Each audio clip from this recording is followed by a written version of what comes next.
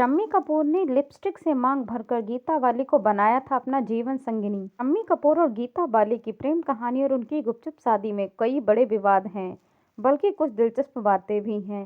गीता और करियर में शम्मी की बड़ी उम्र थी, उनके परिवार को शादी की मंजूरी नहीं थी। उन्होंने बारिश में मंदिरों में जल्दबाजी में शादी की, जहां शम्मी कपूर ने सिंदूर की जगह लिपस्टिक से गीता की मांग भरी थी। यह शादी घरवालों की मर्जी के खिलाफ थी, लेकिन बाद में सब मान गए। यह बॉलीवुड की सबसे चर्चित प्रेम कहानियों में से एक बन गई। और फिर गीता बाली की वजह से शम्मी कपूर बन पाए रिवेल स्टार। मौत के बाद शराब में डूबे नीला देवी ने खोले थे दिल के राज। गीता बाली की मौत को आज भी काफी रहस्यमयी मौत माना जाता है और काफी दर्दनाक भी। ये जानने के लिए वीडियो में अंत तक बने रहिए कि गीता बाली की मृत्यु कैसे हुई और किसने उन्हें मारा। उससे पहले हमारे चैनल को लाइक शेयर सब्सक्राइब जरूर कीजिए और हमारा बेल आइकन प्रेस कीजिए, जिससे अगले वीडियो की नोटिफिकेशन सबसे पहले आपके पास पहुंचे। बॉलीवुड स्टार शम्मी कपूर ने साल 1955 में गीता बाली से शादी की थी, लेकिन साल 1965 में चेचक के कारण गीता का निधन हो गया। 4 साल बाद शम्मी ने नीला देवी से शादी की। नीला ज्यादातर लाइमलाइट से काफी ज्यादा दूर रहती थी। उन्होंने कभी भी कैमरे पर इंटरव्यू नहीं दिया। हाल ही में नीला ने ई टाइम्स में एक बातचीत के दौरान अपनी बात रखी। इस इंटरव्यू में नीला ने शम्मी की पहली पत्नी गीता के बारे में बात की। उन्होंने स्वीकार किया कि गीता ने शम्मी को वह फैसला देने में काफ़ी बड़ी भूमिका निभाई, उन्हें जिसकी काफ़ी ज़्यादा ज़रूरत थी। नीला देवी ने कहा, मेरे पति ने मुझसे उनके बारे में सब कुछ बताया था। क्या आपको पता है कि मेरे अपनी कारों में से एक से दूसरे से रेस लगाते थे। गीता बाली के निधन ने शम्मी कपूर को बेहद गहरा सदमा पहुंचाया। वे राज कपूर जी और कृष्णा जी के घर भी जाने लगे थे और वहां रहने लगे थे। उन्होंने लगातार शराब पीना शुरू कर दिया था। कृष्णा जी ने उन्हें वापस उस मुकाम तक पहुंचाने में काफ़ी बड़ी भूमिका निभाई। उन्होंने आदित्य और कंचन की देखभाल भी की। आदित्य उस समय एक बोर्डिंग स्कूल में पढ़ रहा था और कंचन भी उनके साथ रहने लगी। मेरी शादी के बाद मैं आदित्य को वापस मुंबई ले आई। नीला ने बताया कि नूतन के साथ रिश्ते में बाद शम्मी जी को गीता से प्यार हो गया था। उन्होंने कहा, गीता बाली ने शम्मी कपूर जी को हौसला दिया था जिसकी उन्हें ज़रूरत थी। उनका सेंस ऑफ ह्यूमर कमाल का था। उन्होंने उन्हें रंगीन रातों की शूटिंग पर अपने साथ चलने के लिए कहा और वह उनके साथ रहना भी चाहती थी।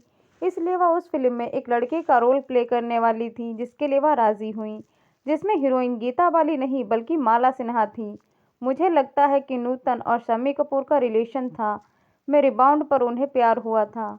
हालांकि गीता ने शम्मी को तुरंत हाँ ही कह दिया था। गीता बाली ने उन्हें Shammi Kapoor the rebel star बनने में काफ़ी मदद की। रंगीन रातों के सेट पर उन्हें एक दूसरे से प्यार हो गया था और फिर उन्होंने एक रात बाणगंगा की शादी कर ली थी। हालांकि उन्होंने तुरंत हाँ नहीं कहा। यह बहुत दुखद है कि उनकी इतनी जल्दी मृत्यु हो गई। बॉलीवुड की फिल्मों में कपूर खानदान का शुरू से ही एक अहम रोल रहा है। पृथ्वीराज कपूर से लेकर आज के समय में रणवीर कपूर तक सभी ने दर्शकों का खूब मनोरंजन किया है।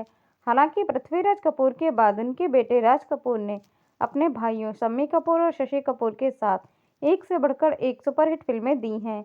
इतना ही नहीं, आज के समय में रणवीर कपूर ने अपने दादा और परदादा जैसी जोश भरी बॉलीवुड मूवियों में काम किया है और उनकी विरासत को आगे बढ़ाया है। बॉलीवुड की फिल्मों में अक्सर ऐसी कहानियां देखने को मिल जाती हैं जहां बच्चों की मां की मौत के बाद उन्हें सौतेली मां पालती है। हालांकि कई बार सौतेली मां सगी मां से बढ़कर प्यार देती है, तो कई बार बच्चों के लिए फिल्म में विलेन बन जाती है। लेकिन आपने शायद ही सोचा ही होगा कि बॉलीवुड को एक से बढ़कर एक फिल्में देने वाले कपूर खानदान के 2 बच्चों की मां की मौत के बाद उन्हें दूसरी मां ने पाला था। कपूर खानदान के एक सितारे की पत्नी की मौत के बाद उन्हें अफेयर की खबरों के आने लगी थी, जिसके बाद बहू बन के दूसरी मां आई।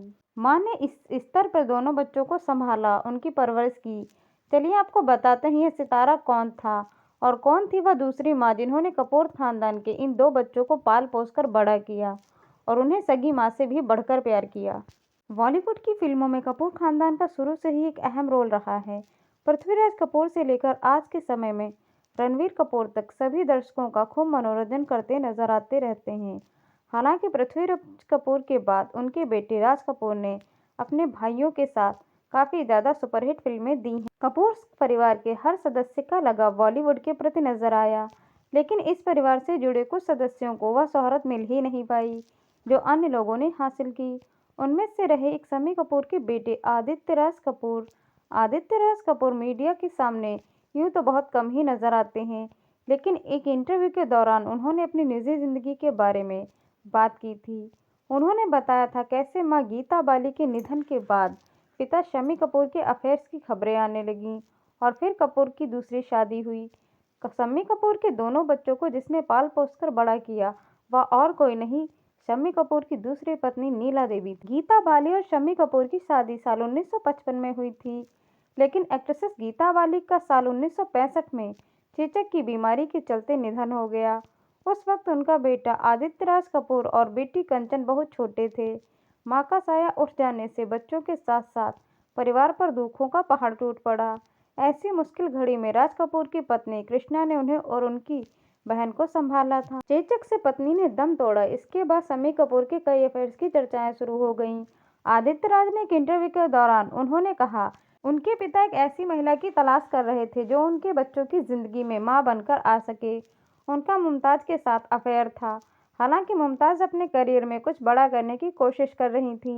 वह राजेश खन्ना के साथ अपनी फिल्म साइन करने वाली थी। उसे समय में पिता ने मुमताज से शादी करने का भी सोचा, जो कि संभव नहीं हो सका। शम्मी कपूर की जिंदगी में सिर्फ मुमताज ही नहीं जिन्हें उनसे प्यार हुआ था। मुमताज और गीता बाली से पहले उनकी जिंदगी में नूतन और नादिरा भी थीं, जिनके साथ साथ उनके अफेयर के किस्से अक्सर सुने जाते थे। इस बारे में बात करते हुए आदित्य ने अपने इंटरव्यू में कहा था, मैं तो ये बात जानता हूँ, लेकिन ये मेरे माता पिता नहीं जानते। शादी से पहले दोनों वक्त मैं यंग था। हालांकि उस वक्त के हिसाब से उनका फैसला सही नहीं था। गीता बाली के जाने के बाद शम्मी कपूर ने दूसरी शादी नीला देवी के साथ की। अपनी दूसरी मां का जिक्र करते हुए आदित्य ने कहा कि मेरे पिता ने जब दूसरी शादी करने का फैसला किया तब इसका जिक्र हमसे नहीं किया। मुझे याद है कि वह सुबह सुबह नीला देवी से शादी करके घर आए और अपनी आंटी कृष्णा जी के घर पर थे। मैं सिर्फ 13 साल का था। हम शाम को डैड से मिले तो उन्होंने नीला को हमसे हमारी माँ के रूप में मिलवाया था। हालांकि इससे कोई फर्क नहीं पड़ा और हमने नीला जी का काफी प्यार से स्वागत भी किया था। आदित्य कपूर ने बताया, मैं उनके पास गया और उन्हें गले लगा लिया।